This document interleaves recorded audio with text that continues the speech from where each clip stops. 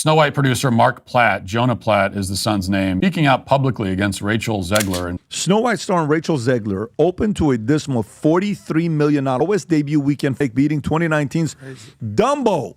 Then they go for innocent and sweet, except this is Rachel Zegler. A major role in basically forcing Disney to go reshoot it. Well, it didn't help. Rachel Zegler just shocked Hollywood with her boldest move yet. After a secret legal showdown with Disney, insiders say she's demanding a staggering $200 million payout. What really happened behind those closed doors? And why is Disney panicking? Stay tuned, and don't forget to subscribe for the full story. It started with a phone call Rachel Zegler didn't expect. According to insiders, Disney's legal team urgently requested a private sit-down, fast, the kind of meeting that doesn't come with small talk. Tensions were already high from months of online backlash, production delays, and public missteps. But this time, it wasn't just PR cleanup, it was personal. Rachel reportedly arrived accompanied by her own legal counsel, not a manager, not a publicist, a lawyer. That move alone raised eyebrows across the industry. What kind of conversation required legal backup? Behind closed doors, whispers say Disney's legal department had grown concerned over comments Rachel made in the press. Interviews that didn't just stir debate, but allegedly disrupted internal agreements. The meeting wasn't just about media statements, it was about damage control. And possibly something much bigger. Whatever was said in that room hasn't been made public. But not long after, a surprising headline started circulating. Rachel Zegler was now demanding $200 million. Whether it's compensation, legal leverage, or something else entirely, no one saw it coming. And the big question still lingers. What pushed Disney to this point? And what pushed Rachel to fight back? To understand why things got so intense, you have to rewind to the beginning. Disney's live-action remake of Snow White was supposed to be a celebration of a beloved classic. A modern twist? Sure, but still a tribute. With a blockbuster budget and recognizable cast, the expectations were sky high. But even before its release, something felt off. Trailers didn't land the way they were expected to. Longtime fans felt the whimsical magic was missing. Test screenings, according to reports, showed lukewarm reactions. And as press tours rolled out, the spotlight turned to Rachel Zegler and what she was saying. In interviews, she described the original Snow White as outdated and referred to the prince as weird. The original cartoon came out in 1937, and very evidently so. Big focus on her love story with a guy who literally stalks her. Weird. It didn't sit well with nostalgic fans who cherished the 1937 film. Online discussions quickly turned critical. Instead of promoting excitement, her quotes became headlines, and not the good kind. Social media buzz grew louder, pointing fingers not just at Rachel, but at the film's entire direction. What was once marketed as an empowering reinvention now seemed to divide audiences. Even co-stars like Gal Gadot, while staying quieter, weren't immune to criticism. All this pressure fell on the lead actress. But here's where the mystery deepens. Was Rachel speaking freely, or was she following a script provided by the studio itself? It's one thing for an actor to share their thoughts, but it's another when those thoughts reflect a carefully crafted marketing strategy. According to leaks and insider chatter, some of Rachel's most controversial statements may have been based on official talking points from Disney's promotional team. Yes, those moments where she spoke about modern women, changing the story, and not needing a prince. Some say she didn't come up with those ideas on her own. Studio officials allegedly encouraged the cast to highlight how the remake was bold and progressive.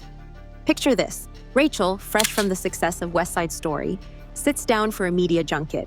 She's been briefed, she has notes, and she says exactly what she's told will align with the film's new vision.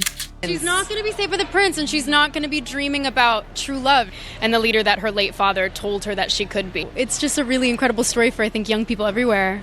Only, things don't go as planned. The message didn't land, it sparked confusion, then frustration, then full-on backlash, and as the criticism intensified, something changed behind the scenes. Disney started quietly editing her clips out of promotional videos. Her interviews were downplayed, her quotes were no longer the centerpiece. If the studio initially encouraged this approach, why were they now retreating? And if Rachel was just echoing their direction, why did it suddenly become her responsibility? This twist raises a deeper issue. When a message flops, who takes the fall? The messenger or the one who wrote the message? By the time Rachel was called in for that legal meeting, the situation had already spiraled far beyond box office numbers. Disney, according to reports, was concerned about how her interviews may have violated specific clauses in her contract, clauses about protecting the company's legacy and brand. For Rachel, walking into that meeting was likely overwhelming. She was no longer just an actress promoting a film. She was now seen as a liability, not just by viewers, but possibly by the studio that hired her. It wasn't just about one quote or one tweet. It was a pattern, they argued, a pattern of public remarks that painted the classic story in a negative light. And Disney, desperate to distance itself from a disappointing launch, seemed to be searching for accountability. Legal sources suggest the conversation wasn't aggressive, but it was firm. The studio wanted answers. Rachel, prepared and represented, stood her ground. Some believe this meeting wasn't just about discipline.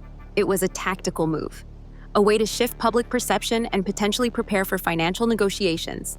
And just when the industry thought it couldn't get any more dramatic, news broke that Rachel might be seeking compensation to the tune of $200 million. Was this a counterpunch, a warning shot, or the start of something even bigger?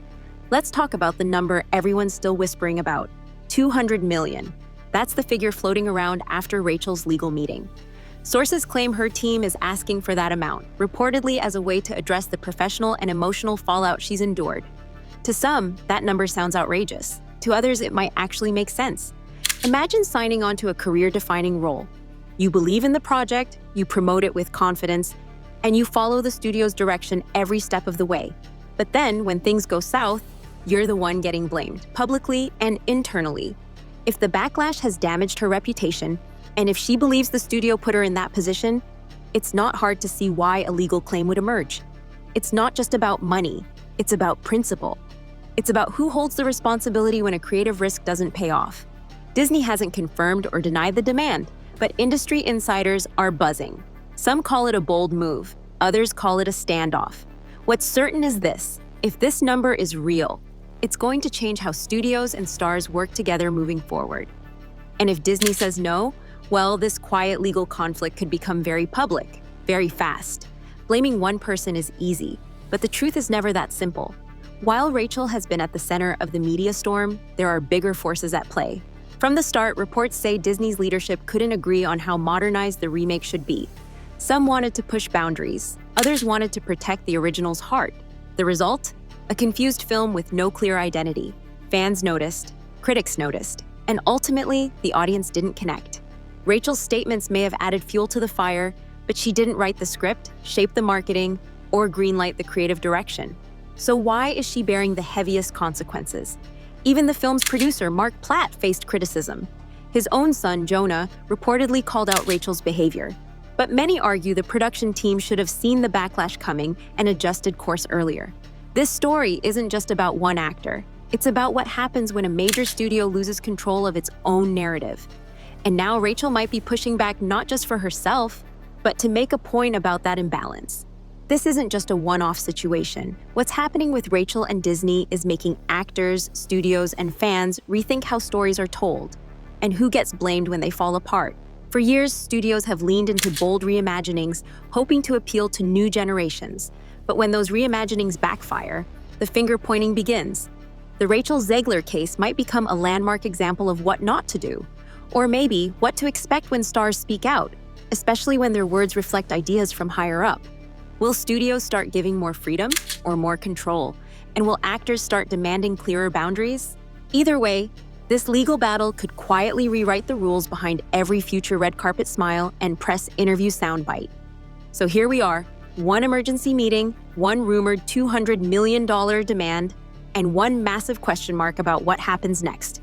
Is Rachel fighting for justice, or is the studio protecting itself? Maybe both. One thing's certain, Snow White has sparked a behind-the-scenes storm that won't blow over quietly. What do you think? Is Rachel's demand fair, or has the studio gone too far in shifting blame? Drop your thoughts in the comments. We want to hear from you. And if you love deep dives like this, hit that like button and subscribe. Because this story isn't over. In fact, it might just be getting started.